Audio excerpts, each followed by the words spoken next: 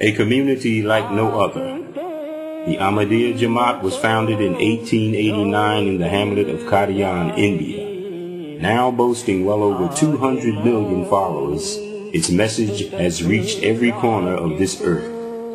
Its founder, Hazrat Mirza Ghulam Ahmad alayhi salam, called for a renaissance of Islam in which the true teachings of the Holy Prophet Muhammad sallallahu alayhi wasallam were revitalized. Yet more than 100 years later, Ahmadis are beaten, tortured, and even killed for proclaiming that Allah is one and Muhammad is his messenger. They are denied their fundamental universal freedoms of religion, speech, and self-determination by people and governments claiming a monopoly on religious expression. Ahmadis in Pakistan and Bangladesh and a growing number of countries live with uncertain futures as their mosques are burned, their school children mistreated, their husbands killed. Ahmadis are discriminated against in employment, school admissions, and many other facets of daily life. Persecution against Ahmadis is so rampant that the Lawyers Committee for International Human Rights called it both systematic and extensive. The United Nations has gone as far as to pass a resolution requesting the restoration of basic human rights and fundamental freedoms to Ahmadis. Despite this pressure, Ahmadis continue to lose the right to call themselves what they are, Muslims. Yet they also live with the hope of Allah's promises that His Jamaat will succeed in its divine mission. کہ تم جو چاہو کر لو، جتنا زور لگانا ہے لگا لو. خدا کی قسم ہم حضرت محمد مصطفیٰ صلی اللہ علیہ وسلم اور آپ کے غلاموں کی راہوں سے نہیں ہٹیں گے، نہیں ہٹیں گے، اور احمدیت کا یہ قافلہ ہمیشہ آگے ہی بڑھتا چلا جائے. جن راہوں پر تم چل رہے ہو تاریخ انسانیت سے ثابت ہے کہ وہ ناکامی اور نامرادی کی راہیں، وہ ہمیشہ تاریک راہوں کے طور پر دنیا پہ ظاہر ہوئی ہیں، اور ان راہوں پر آنے والوں نے نظر ڈالی تو ہمیشہ لعنتیں بھیجتے رہے ان راہوں پر. وہ مغضوب علیہم کی راہیں ہیں، وہ ضالین کی راہیں ہیں. لیکن خدا کی قسم ہم جن راہوں پہ چل رہے ہیں وہ انبیاء اور ان کے اصدقاء غلاموں کی راہیں ہیں، اور یہ وہ راہیں ہیں جو کہکشائیں بن کر آسمان پر چمکا کرتی. اس ایک آسمان کی کہکشانوں کو ہم نے دیکھا جو حضرت محمد مصطفیٰ صلی اللہ علیہ وسلم کے زمانے میں اولین نے اپنے قدموں سے بنائی تھی. اور اے دیکھنے والوں دیکھو کہ محمد مصطفیٰ کے غلام آخرین میں ظاہر ہونے والے اب پھر ان کہکشانوں کو اپنے خون سے بنا رہے ہیں، اپنی قربانیوں سے روشن کر رہے ہیں ان کو. اور آئندہ زمانہ ان راہوں کو دیکھے گا، ان چمکتی ہوئی کہکشانوں کو، اور ان سے سبق حاصل کرے گا، اور ان حضرت مسیح موعود علیہ الصلوۃ والسلام اور محمد مصطفیٰ کے غلاموں پر ہمیشہ رحمت اور درود بھیجتا رہے گا. بس مبارک ہو تم جو اس لیلۃ القدر کے زمانے کو پانے والے ہو. مبارک ہو تم جنہوں نے اپنی قربانیوں سے ثابت کر دیا کہ وہ خدا کی قدر کے لائق بن گئے، خدا کی قدر کے لائق ٹھہرائے گئے. بس جو زور لگتا ہے تم لگا لو اے دشمنان احمدیت. جتنے احمدی شہید کرنا چاہتے ہیں شہید کر لو. خدا کی قسم ہمارا خدا ہمارے ساتھ ہے. محمد مصطفیٰ صلی اللہ علیہ وآلہ وسلم کا خدا ہمارے ساتھ ہے. محمد مصطفیٰ کے غلاموں کا خدا ہمارے ساتھ ہے. آپ کے عاشق صادق حضرت مسیح موعود علیہ الصلوۃ والسلام کا خدا ہمارے ساتھ ہے. تم لازماً ناکام اور نامراد ہو کر مرو گے، اور احمدیت کے لیے وہ صبح ضرور طلوع ہوگی جس کے متعلق خدا فرماتا ہے اور قرآن میں وعدہ کرتا ہے حتی مطلع الفجر، جس کے متعلق خدا تعالیٰ فرماتا ہے حتی مطلع الفجر. اے میرے بندو، یہ رات جاری تو رہے گی لیکن ہمیشہ کے لیے نہیں. یہ دکھ ہیں مگر میں ان دکھوں کو قدر اور پیار کی نگاہ سے دیکھ رہا ہوں. بس میں تمہیں خوشخبری دیتا ہوں حتی مطلع الفجر. یہ مطلع فجر تک کی باتیں ہیں، اور فجر کا طلوع ہونا زیادہ دیر کی بات نہیں رہی. پتھراؤ، مار دھاڑ، شہادتیں اس لیے ہو رہی ہیں کہ احمدی اعلان کرتے ہیں کہ ربنا اننا سمعنا منادیا ینادی للایمان، کہ اے ہمارے رب، ہم نے ایک آواز دینے والے کی آواز سنی جو ایمان کی طرف بلاتا ہے. इंडोनेशिया में जमाती इमारात पर पथराव किया जाता है, मस्जिदों में तोड़फोड़ की जाती है, लोगों को मारा पीटा जाता है, इसलिए कि इन लोगों ने हज़रत सल्लल्लाहु अलैहि वसल्लम के इरशाद पर लब्बैक कहते हुए आने वाले मसीह व मेहदी को मान लिया। अगर हुकूमतें खड़ी होंगी तो वो बिखर जाएंगी, अगर तंजीमें खड़ी होंगी तो वो पारा पारा हो जाएंगी। ये अल्लाह ताला की सुन्नत है कि बाज़ दफ़ा बाज़ इलाही जमातों को इम्तिहानों में से गुजरना पड़ता है। हर रहमदी का काम है कि दुआएं करते हुए निहायत सब्र व इस्तिक़लाल के साथ इन इम्तिहानों से गुजर जाएं। आखिरी फतह हमारी है और यकीनन हमारी है, और दुनिया की कोई ताकत इस फतह को नहीं रोक सकती। ये खुदा की बातें हैं जिनका इसने हज़रत मसीह मौऊद अलैहिस्सलाम से वादा फरमाया है। ये पूरी होंगी और ज़रूर पूरी होंगी इंशाअल्लाह। कथा मोजिज़ा के असा वो दुआ जो अल्लाह ताला का रहम हासिल करने के लिए आजकल पढ़नी चाहिए, उसमें एक ये दुआ भी है कि रब्बना आमना फ़ग़फ़िर लना वरहमना व अंत खैरुर राहिमीन। ऐ हमारे रब, हमें मान ले आए, बस हमें बख्श दे और हम पर रहम कर, और तू रहम करने वालों में सबसे बेहतर है। आप देख रहे हैं MTA। Any questions, please? Yes.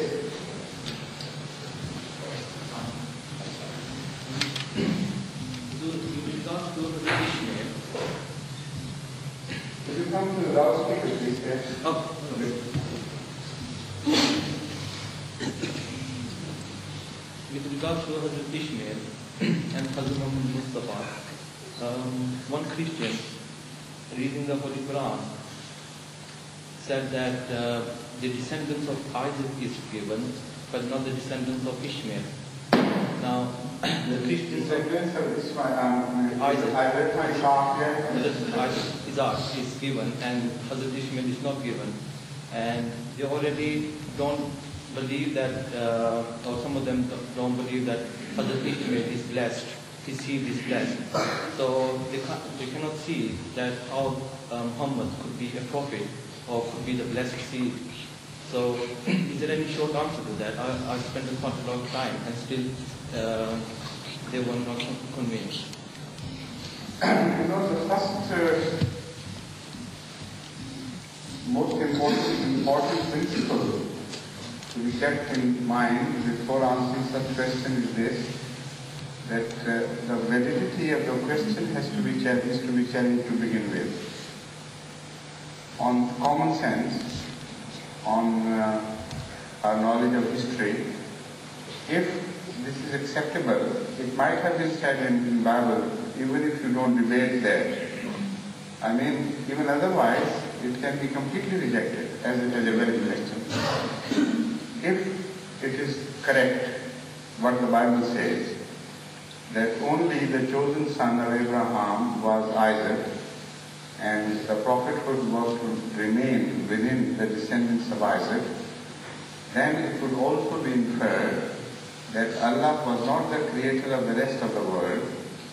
He left the entire world completely unattended, and He was the creator of only a certain people, and of that only a certain line.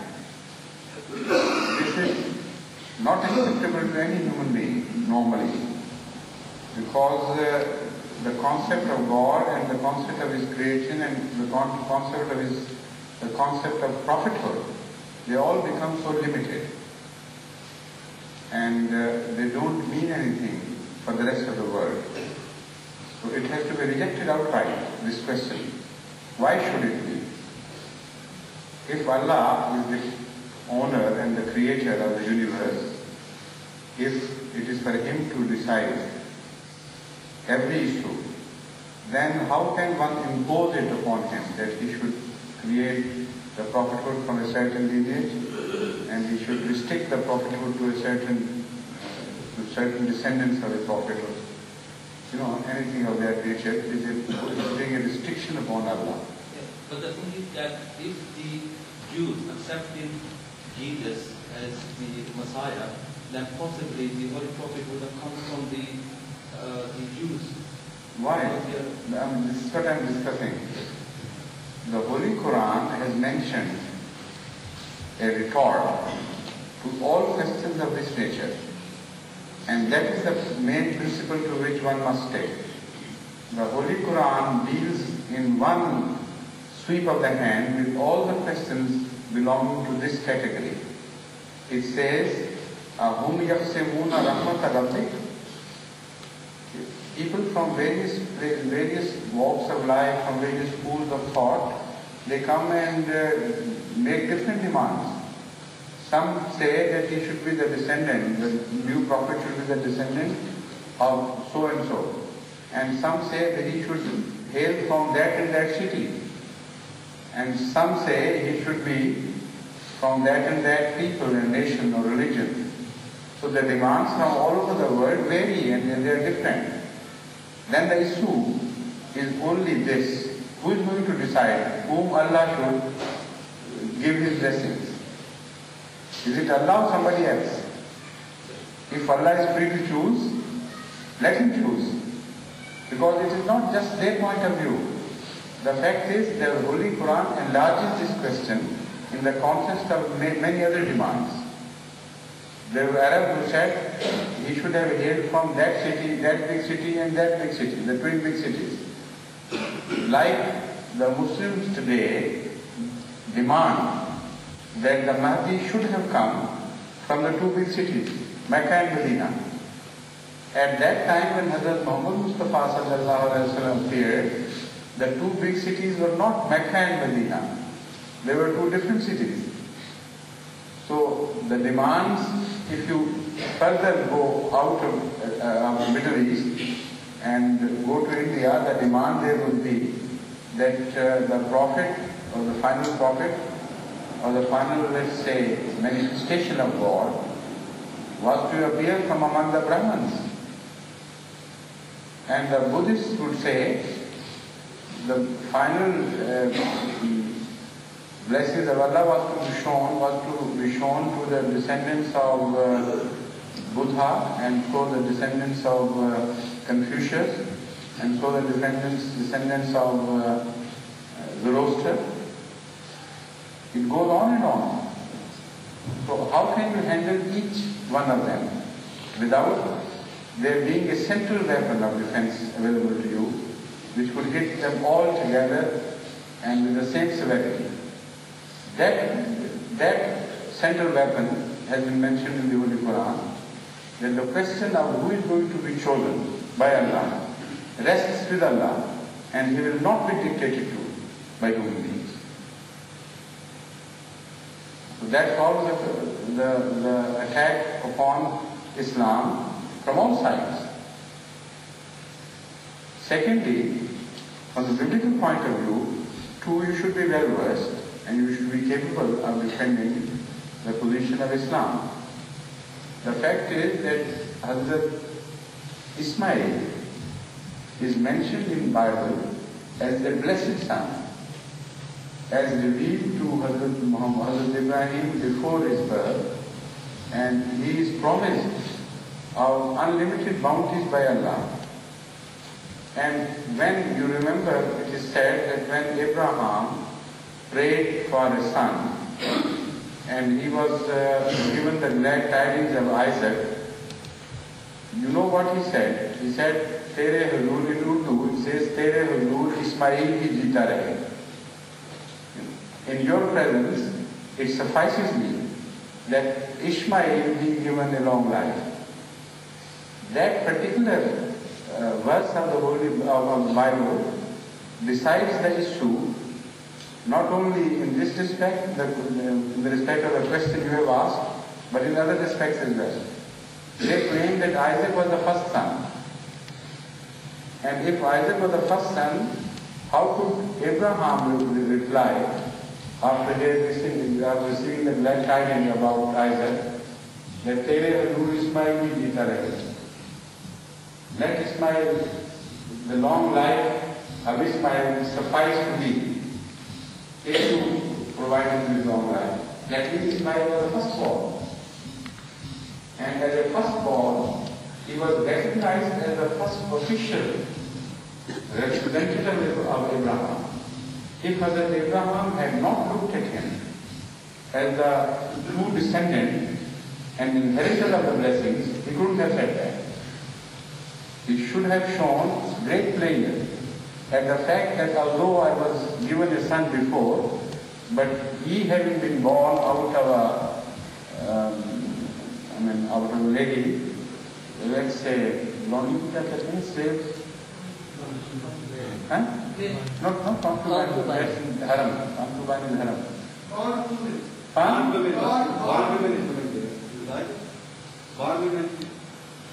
Born women. Well, exactly, that's right. Yes. I was thinking of it. Because they claim that because Ismail was born out of a bondwoman, so he could not inherit the blessings of the Prophet. That is the first step they take in that direction. Now, we can counter that through this saying of Hazrat Ismail. If Hazrat Ibrahim was of this opinion, as the Christians would have us believe he was, then when the glad tidings of Isaac was given to him, he shouldn't have said that Ismail was quite enough for me. That is an additional blessing. Because Ismail, having been born of a bondwoman, could not have been enough for Abraham if he had not believed that he would inherit his blessings all right. But there was a discontinuation from Ishmael to Hazrat Muhammad Mustafa. Yes. But in the line of Isaac, there was a lot of prophets in the line of Isaac. So she was praying on actually the discontinuation from Ishmael to Muhammad. Whereas in the other line, there was continuation. That's quite right. All right, that doesn't make any difference at all. The fact is that there is a continuity observable, of course, in the line of Isaac. But then at the time of Jesus Christ, he is abundant. And it was prophesied by other prophets as well, like Moses, that from among your brethren, Allah will raise a great prophet. So that shows there was one prophet to offset the weight of an entire line of prophets. He was to be so great. And he was to be born from among the brothers, not the cousins in fact, not the direct line of Isaac. And then also the parable of the vineyard, which has been mentioned in the New Testament, you know that parable. That is also very clear that someone else is going to come, and this time it is not going to be the son, but the father himself. That shows that relationship of Hazrat Muhammad, peace be upon him, to the rest of the prophets was like this. His coming was the coming of God himself. The coming of Jesus Christ was by the maximum extension of imagination, like the coming of a son. And this is what has been described in the parable very clearly. So it doesn't make any difference whether there is a long lineage of prophets before him or not. The question is, the weight which he carries is so great that compared to that, the rest of the prophets all put together don't carry that much weight. This is, in essence, which has been disclosed by Bible itself in so many places, in so many forms. So, I hope you will follow. Take a minute after a question is been asked from the man's side. That has been found, that you just explained also. But I want to know how Jesus actually became the descendant of Abraham. Because there's no proof from the Bible at all that he was descended from Abraham. So how is it possible for us to... How is it possible for a Christian to prove that? That was my point. There is no way in the Bible to find out that Jesus was actually the descendant of Abraham. Because the genealogy starts from Joseph. According to them, he was a descendant of Allah. Yeah, that's right. The plain truth is that. That's why I just got this point. Because quite right. Yes, please.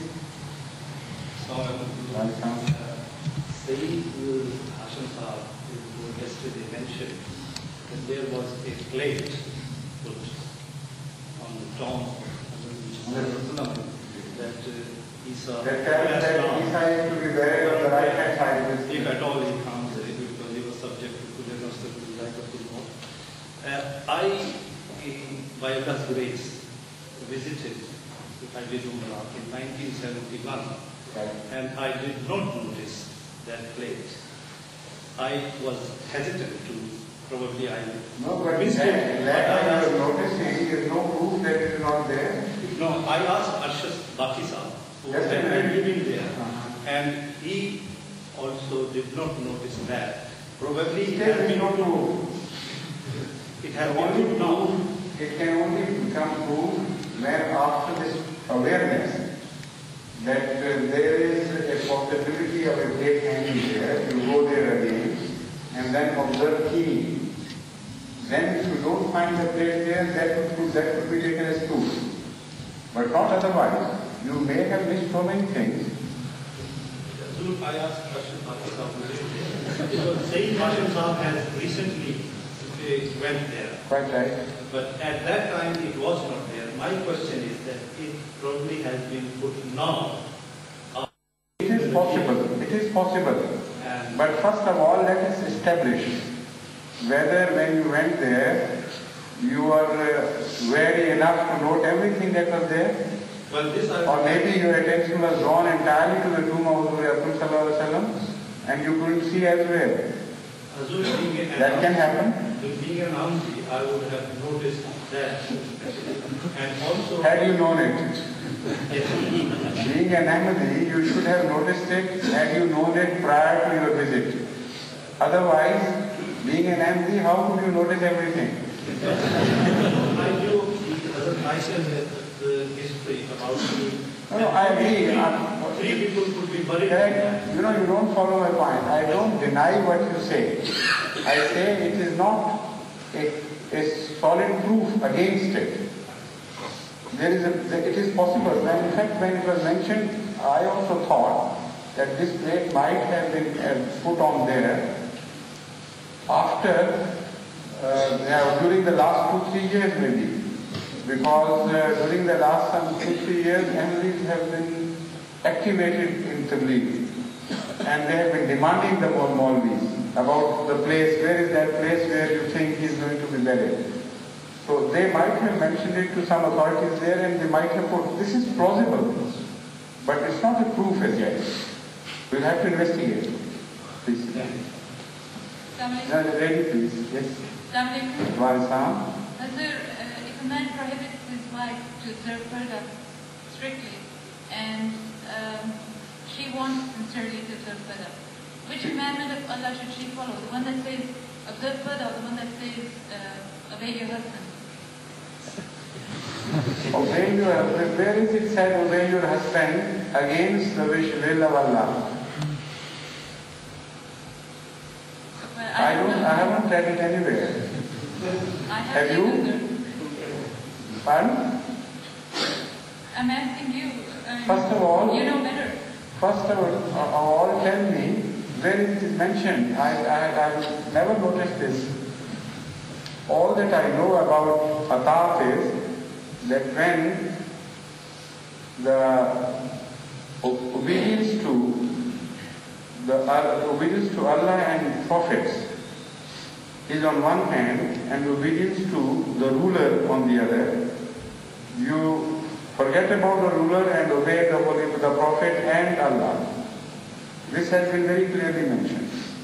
So Ulul Amr stands higher than husbands or other relatives whom you should obey normally. I refer to the verse of the Holy Quran, Atiullaha wa Atiu Rasula wa Ulil Amri minkum. Allah Ta'ala categorically tells you that you should obey Allah, His Prophet, and your ruler, the established government or the established sovereign. And then it says, وَإِن تَنَازَعْتُمْ فِي شَيْءٍ. If you disagree on something, then refer the matter to God and to the Holy Prophet, and where the Ulil Amr disagrees with Prophet or with Allah, you must not obey him, but obey the Prophet and Allah. So it is so clear that whenever two orders contradict each other, one from Allah and one from Ulil Amr, you are free there to refuse to obey to the order, you are free there to reject the order of the authority. Another question comes, to what extent? Where it is obligatory to reject and where it is only a choice with you to reject. There are two different situations. Now, in the beginning of Islam, the Muslims could not raise the cry of Allah Akbar. The slogan of Allah Akbar could not be raised audibly for the other people. And because there was oppression and people would not permit that. Now, here is the situation where there was a contradiction between two orders. The order of the elders of Mecca and the order of Allah. But Huzur Akram sallallahu alayhi wa sallam never defied that to the extent, or exhorted his people to defy that to the extent that should go, if you walk into the street and say Allah Akbar, doesn't make any difference. But when it was said, they were forced to say, to desist from declaring La ilaha illallah Muhammadur Rasulullah, then they were told positively to disobey that order. So despite the fact that they were not bound by Allah to obey even in the first instance, but in the first instance, the order was of such a nature that it was not necessary for every Muslim to declare Allah Akbar in loud terms. They said Allah Akbar, they could say Allah Akbar even quietly. But to denounce the kalima, La ilaha illallah Muhammadur Rasulullah, is quite a different thing. So there they were not permitted to do that. Whatever the extent of torture or threat from the opposition was, they were not permitted. So this is exactly why I told the Jamaat to desist from saying azan if they are ordered not to say that, not because we accept that right. Any Ahmadi has a right to say azan, and he may start doing it. But we don't forego the right. But as Ahmad sallallahu alayhi wa sallam at one stage desisted from saying Allah Akbar loudly, so if we do that, there is no harm. But I told all Ahmadis in Pakistan that even if you are slaughtered to the last man and child, you must not denounce the kalima la ilaha illallah because this is the sunnah. So there are places where you have the right to disobey. Whether that right is to be exerted or not, that is your choice. But there are places where you have a right to disobey and it is not your choice. You have to use that right. That distinction has to be made by the Imam or the Khalifa of the time, which order belongs to which category. Please, yes, after you. In relation to this book, pork consumption and human diseases. Could you first introduce yourself, please? Name Qureshi. Name Qureshi from? Greenford. From Greenford. You are an Ahmadi? Yeah. Okay. But you're not wearing any cap in the mosque or you're... So I thought perhaps you're not an Ahmadi. Please, Yeah. in future, when you go to a place, you should behave like the situation demands.